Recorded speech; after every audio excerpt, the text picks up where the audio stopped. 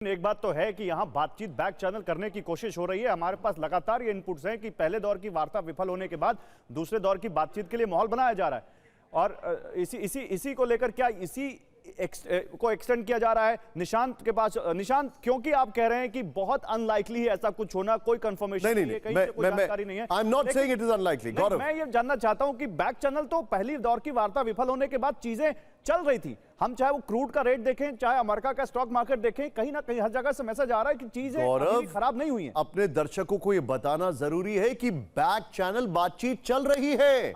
ये open source intel में report किया गया है। They are actually talking right now. क्यों?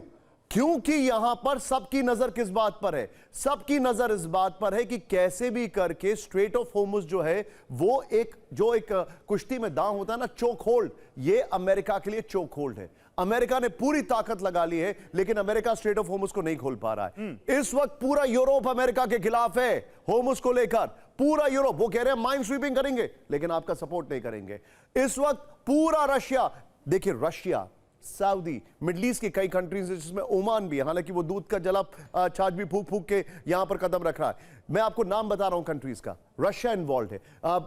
हम अभी बात कर रहे हैं, कुछ घंटे में आपके पास जानकारी आएगी। लेवरॉव चाइना में, रशिया इन्वॉल्व है, चाइना इन्वॉल्व है, सऊदी इन्वॉल्व है।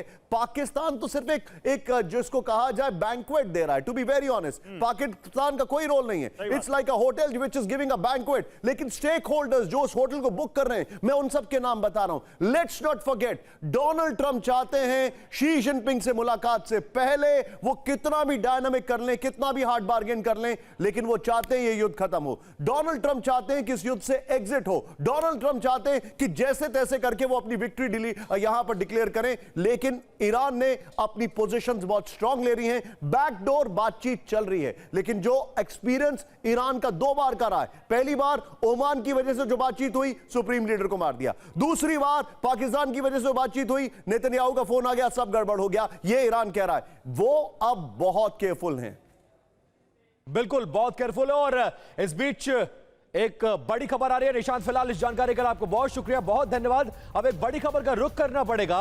ईरान रूस से विदेश मंत्री चीन पहुंच गए। चीन में स्पेन के प्रधानमंत्री पहले से मौजूद है। देखिए, कई सारी दुनिया भर में डेवलपमेंट हो रही है और ईरान के लिहाज से यह एक बहुत बड़ी डेवलपमेंट है। पहला पाकिस्तानी मीडिया में यह रिपोर्ट होना कि डोनाल्ड ट्रंप पाकिस्तान जा रहे हैं, पेजेशकियान वहां पर पहुंचेंगे, बातचीत होगी, और ईरान और रूस के विदेश मंत्री चीन पहुंचे हैं। क्या चीन इस पूरे मामले में मध्यस्थता कर रहा है, इसको लेकर? और चीन में स्पेन के प्रधानमंत्री पहले से मौजूद है और उसका जिक्र निशांत भी कर रहे थे कि स्टेक होल्डर्स कौन कौन से हैं। रशिया इसमें स्टेक होल्डर है, चाइना इसमें स्टेक होल्डर है। ये बहुत महत्वपूर्ण भूमिका निभा सकते हैं। पाकिस्तान सिर्फ अपनी जमीन, अपनी जगह और बैंक्वेट दे रहा है, और चाइना में इन तीनों देशों के विदेश मंत्री, प्रधानमंत्री की मौजूदगी बहुत कुछ जाहिर कर रही है।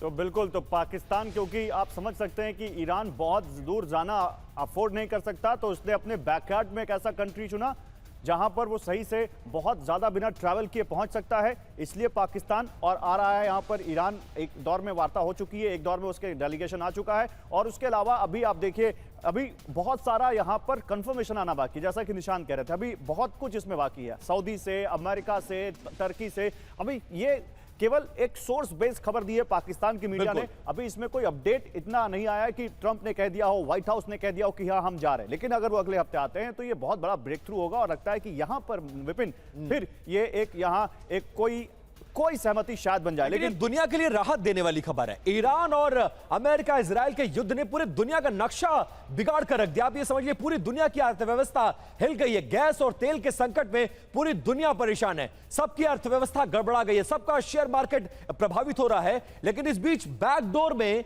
दोनों देशों की बातचीत होना और चीन में स्पेन के प्रधानमंत्री की मौजूदगी और एक और बड़ी खबर आ रही है, ईरान के विदेश मंत्री की मौजूदगी बहुत कुछ जाहिर कर रहा है। बिल्कुल, लेकिन विपिन देखिए, एक और बड़ी खबर, एक और बड़ा नाम यहां जो लगातार लगा हुआ है इसमें, फ्रांस के राष्ट्रपति मैक्रों, और उनका एक्सपोस्ट आया है। पेजेशकियान और ट्रंप से बातचीत की है, मैक्रों कह रहे हैं।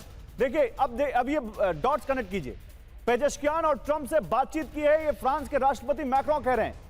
और वो कह रहे हैं बातचीत फिर से शुरू करने पर बात की है। इससे पहले पाकिस्तान का मीडिया कहता है कि ट्रंप और पेजेशकियान दोनों आ सकते हैं पाकिस्तान बातचीत करने के लिए। मैक्रों कह रहे हैं कि उन्होंने बात की है।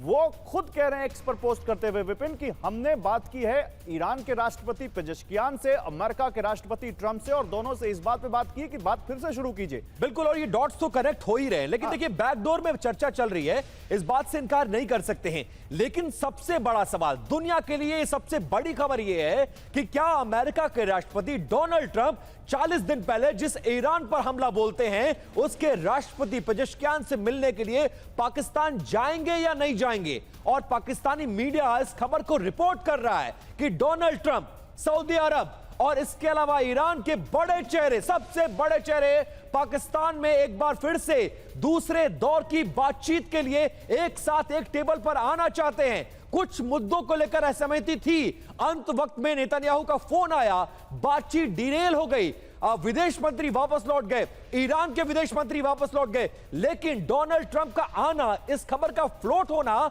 दुनिया में हलचल को बढ़ा देता है। गौरव, बिल्कुल, और आप सबकी निगाहें व्हाइट हाउस की तरफ हैं कि ये देखिए, पहले इमैनुअल मैक्रों का एक्स पोस्ट है, लंबा चौड़ा पोस्ट लिखा, उन्होंने कहा yesterday I met with Iranian president Masoud Pezeshkian as well as with American president Donald Trump.